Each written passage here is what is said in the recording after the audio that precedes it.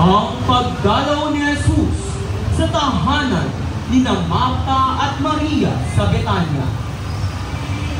Si Jesus at ang kanyang mga alagad ay nagpatuloy sa kanilang paglalakbay at pumasok sa isang bayan na tinatawag na Betania. Malugod silang tinanggap sa tahanan ni Marta at ng kapatid niyang si Maria, pawang matatalik na kaibigan ni Jesus. Si Maria ng Betania ay naupo sa may paanan ng Panginoon upang makinig sa kanyang itinuturo. Si Marta naman ay abalang-abala sa paghahanda, kaya't lumapit siya kay Jesus at dumaing, "Panginoon, paliwala po ba sa inyo na pinababayaan ako ng kapatid kong maganda ng mag-isa? Sabihan nga po ninyo siyang tulungan naman ako."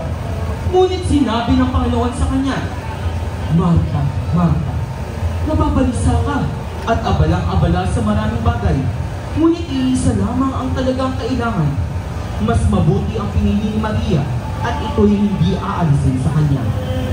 Ang imahe ng ang pagdalaw ni Jesus sa Betania ay nasa pangalaga ni kapatid Jefferson Concepcion at pamilya ng Layon ng Santa Ana.